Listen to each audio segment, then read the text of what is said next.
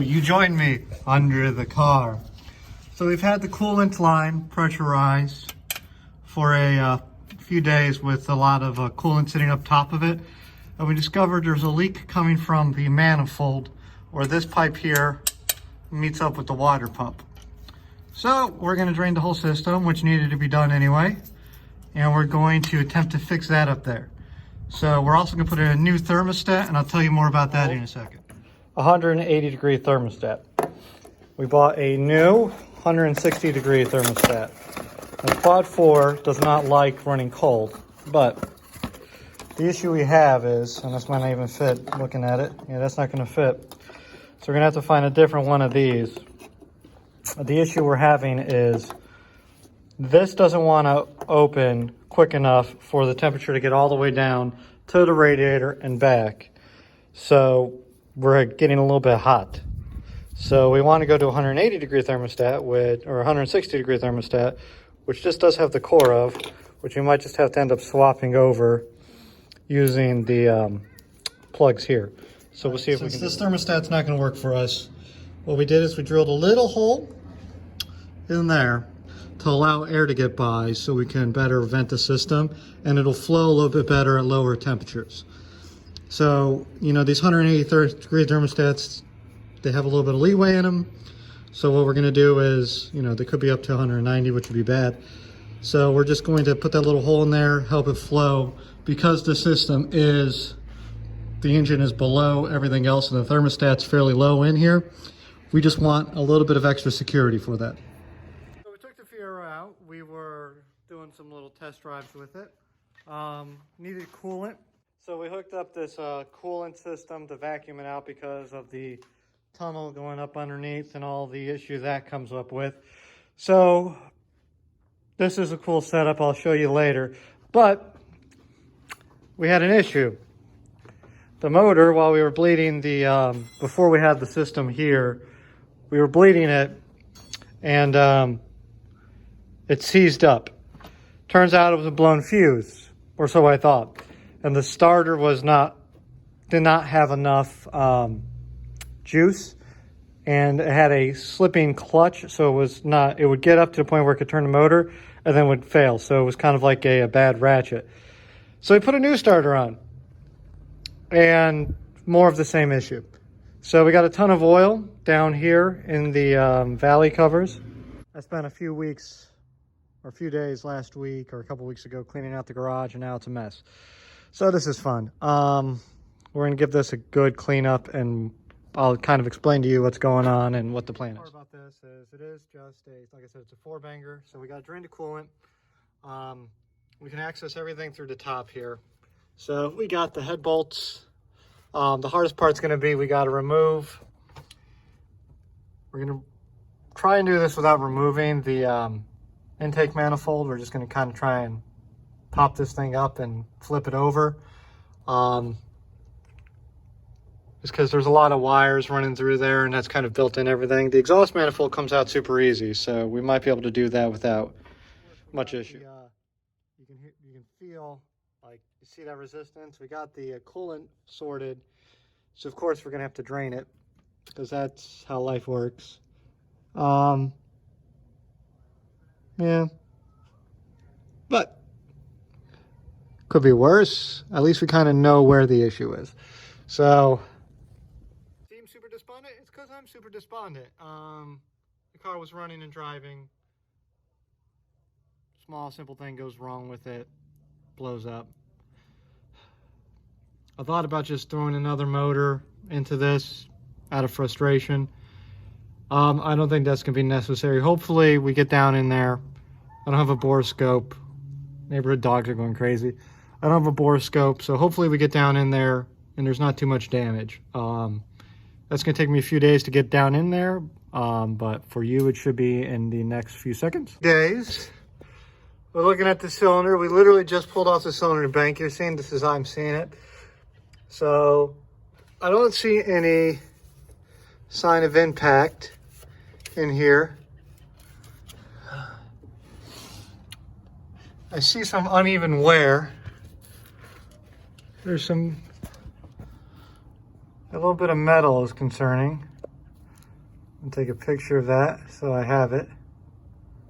Oop.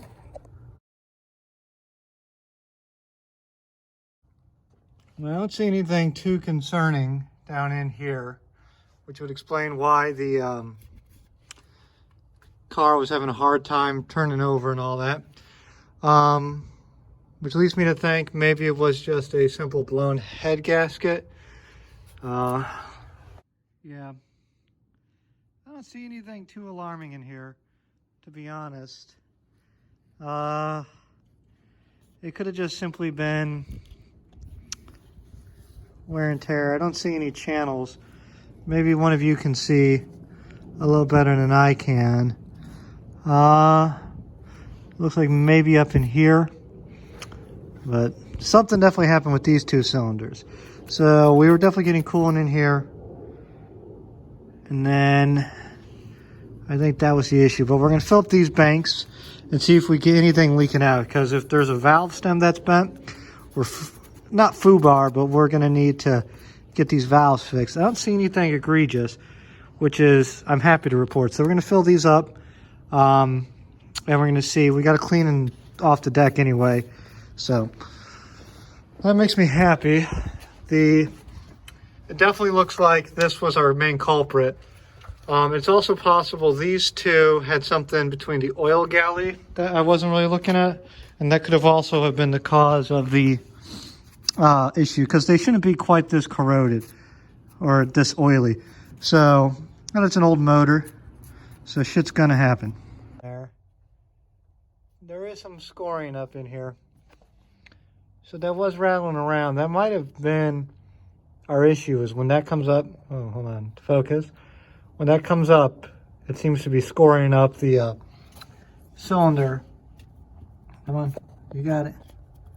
It seems to be scoring up the cylinder a little bit. And that's not worrying for me, but it's not a great thing. Tidbit. So this gunk here was clogging up this port here, and looks to be clogging up this port here.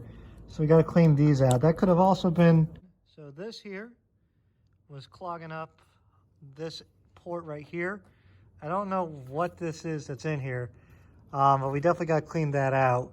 Looks to be clogging up a lot of these ports, so we got to get this cleaned out. I bought a cheap compressor to check our valve stems.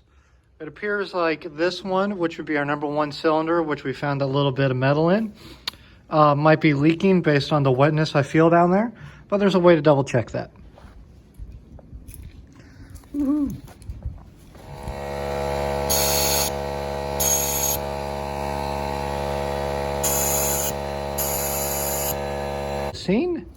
We have two bad valves, so we got to get that taken care of. So we're going to pull those off. We're going to do some valve lapping and hope that that solves the issue. So that's going to be fun. So I don't know if I can do that in this episode or next, but we're going to do that. So it wasn't a head gasket issue, so that means we don't have to plane the head or anything. We just got to clean it off as best we can and put the new head gasket on.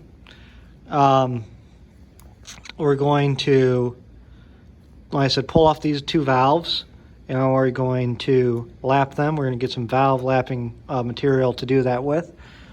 And we're going to have to get a valve tool as well to pop these things out. So, yay. At it in retrospect, now that we've done all the tests, the way this had carbon buildup just on the middle of it is kind of a clue that the valve has been leaking, because the oil's going to come in here and it's going to coat that and prevent the carbon deposits from building up.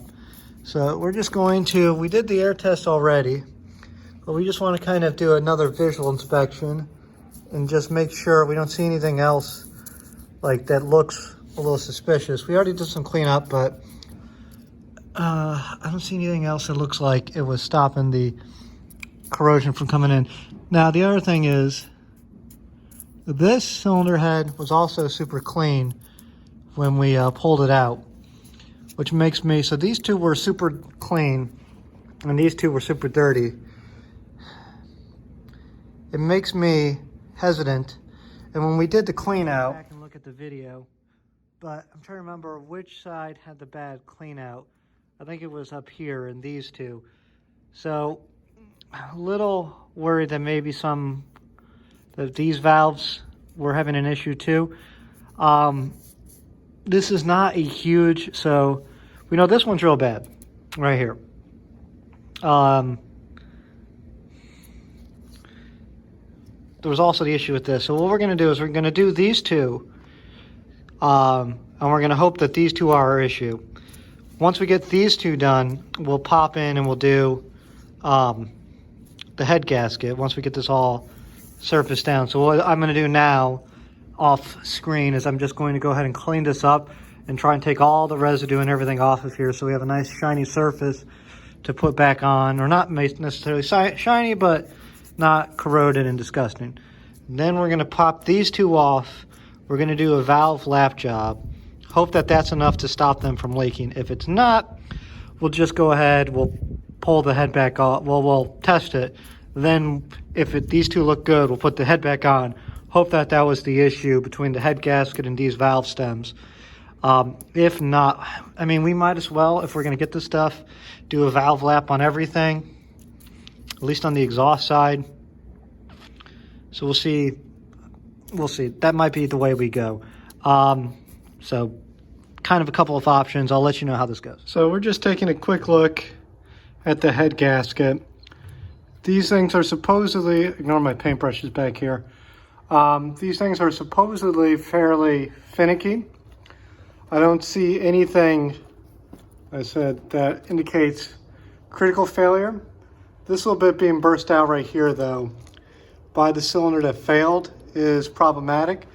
So I think we just had an issue of this getting up and into the cylinder, and that's what was causing the damage we got inside. Probably some hydrolocking. We relashed the valves, and we just checked them. One valve is perfect. One valve has the smallest of leaks. So I think we're just going to try putting it back on, given what our objective is. You know, just get this thing up and running here. New head gasket go on, Fel-Pro head gasket. You can see it's a newer design. It's a little better in terms of sealing. We're just going to go ahead and let this air out. We're going to get in the compressed air since we bought it. And we're going to clean out all these valves. There is an oil check valve down here that I could see that being the spring that we found inside this cylinder as well. This is the bit here that is basically blocked off that was pushed up on the other gasket. So we're just a little dubious about what was going on here. It's so hard to tell with cylinders like this, but we basically got to just get the air in here, clean this all out. We got the surfaces as clean as we can with some Brillo pads and some sandpaper. We don't want to take too much off because these things are highly machined and they don't take very kindly to being planed.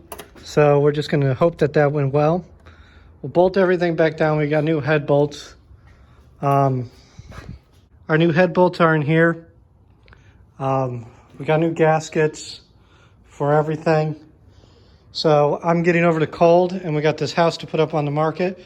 So right now, priority one, get this thing mobile. If I can't get it mobile, we're going to get it moved so that we can work on it at the new location. So that's going to be all for today. Vero. Fixed valves, hopefully. We'll clean up all the rest of this, and then we can start putting the block back together.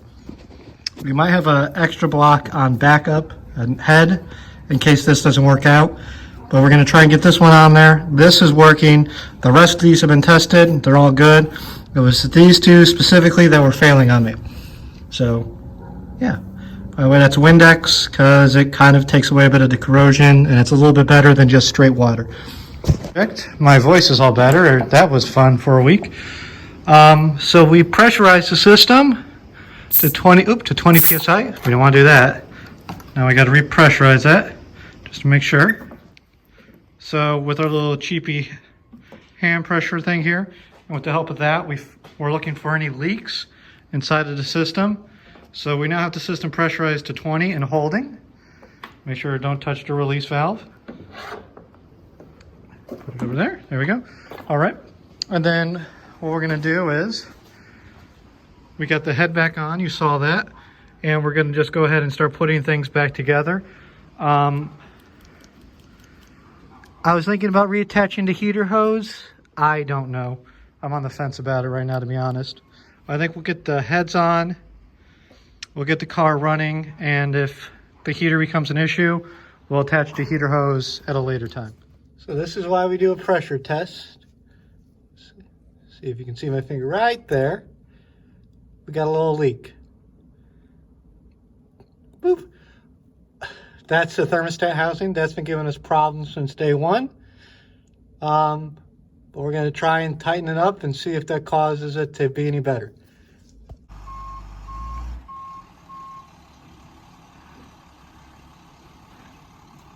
I'm sure I just showed you the car was getting pulled away on the AAA truck. So since we're getting the house ready for sale, the car can't live in the garage right now. So it's got to go live at the storage space. But I'll explain why it's on the back of the truck. So basically the cylinder head warped. The aluminum separated from the, it's hard to do. This aluminum separated from the steel of the actual engine block, and it warped enough that it's out of tolerance and it's not holding compression. So I bought this. This is a Toll Engine cylinder head kit. It comes with all this stuff, and I'll show you what's in here. They originally wanted $600 for this. It was marked down from that all the way down to like $150, and I bargained the guy down to 115 bucks. So I'll show you what's in it. Cat wants to help since it's a box. But, so we got, it's nicely packed, which is nice. Go away, kitty. And then there's a box inside the box, which this should be all our gaskets. And then this should be our actual head down in here. So I'm not in love with the packing peanuts, but at least it's safe. You can see the cylinder head down in there. So I'll pull that out and we can get a better look at it. It's a little disturbing. The actual bag was ripped here. So we got a couple of peanuts inside our motor, or yeah, I guess it's technically part of our motor, but I'll show you. So this is the casting. So we cross-referenced this with, there's Engine Builder magazine, part of our motor, but I'll show you. So this is the casting. So we cross-referenced this with, there's Engine Builder magazine. This casting works on a 94 and a 95. They're slightly different than a few of the other year of the castings for manifolds. If you have something like a 92, if you're doing a quad 4 build and you have a motor you're thinking needs a new head, or you need to check a part number, or you try to figure out if you can put something from a 92 to a 94 on there, there's a good resource to use. It's Engine Builder magazine, and basically just search quad 4 engine builder and it pops right up. You can see the machining marks. This was professionally refurbished. Everything looks great. There's a couple of, let's see if I can find it, little cuts and scrapes, but you really, it's hard to show with one hand being occupied by this. There we go. But you really, I mean, it's to the point where that might just be a material thing. You can't really even feel it. Who knows how long this has been sitting on a shelf somewhere. Hence the extreme markdown for this. Almost seems a shame not to get this ported, but we're not looking for big power. We're just looking for it to work. And the flow, I don't know here, they probably had this mislabeled. This looks like a 95. You can see the flow going in there is fairly good. I mean, we're gonna have to fix that. All the exhaust ports are able to breathe. There's no sharp corners. These are all, I believe the term is Siamese or conjoined cylinder heads or cylinder exhaust ports. So Everything's nice and clean. It's just such a nice piece. Psst. Part of the reason why I decided to go to the Quad 4 in the first place is because there's so much stuff out there like this where, I mean, I priced it out. New valve seats. Hold on, let me put this down and So this was, they originally wanted $150 for this. So let's just go with that price. Like I said, I got it for $115. So this is new springs, which alone for this car, getting the right springs at the lowest price was about $50. So there we go. The new keepers to go along with that and everything else, you're looking at another $10 or $20. Grinding everything using the compound is time, but that still costs a fair bit of money. The other thing is this comes with the bolts and it comes with the whole Fel-Pro gasket kit. And I know you just saw me put one on, the whole new Fel-Pro. And look, it actually has intake manifolds. And I know you just saw me put on one of those, but that cost me, the Fel-Pro gasket kit cost me another couple bucks. I can't even remember. But then the big thing is machining that deck. A local machine shop wanted $100 just to machine the deck. So, which is a really good deal, I think. But new head, new springs, new gaskets, new keepers, everything has been machined down. I mean, the ports all look great. I mean, I can't get over like how clean and tidy and everything is. You can see where what the original problem with this one was, is it had a crack in it right there. So they fixed that up. I like this. This should, knock on wood, fix the issue we're having with the car. Everything's so clean. Look down there. I'm just in love with it. So we'll try and get this on the car as soon as we can. Like I said, the house is going up for sale, which means that could be a little bit. But fingers crossed, we get it on soon. Okay, bye. This little folder of stuff. So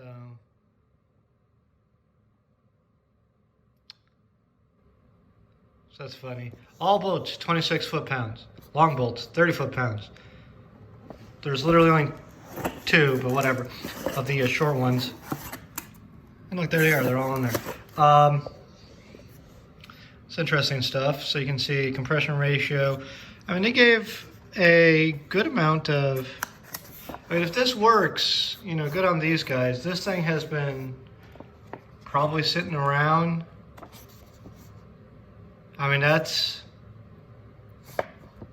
not right, but this has probably been sitting around since then, would be my guess. You know, interesting stuff though. It's their technical stuff. This isn't bad. For what I paid and all the information they're giving me with this is pretty good. I don't think the warranty here is usable, but whatever. Yeah. So if anyone wants me to put this stuff up, I will, but yeah.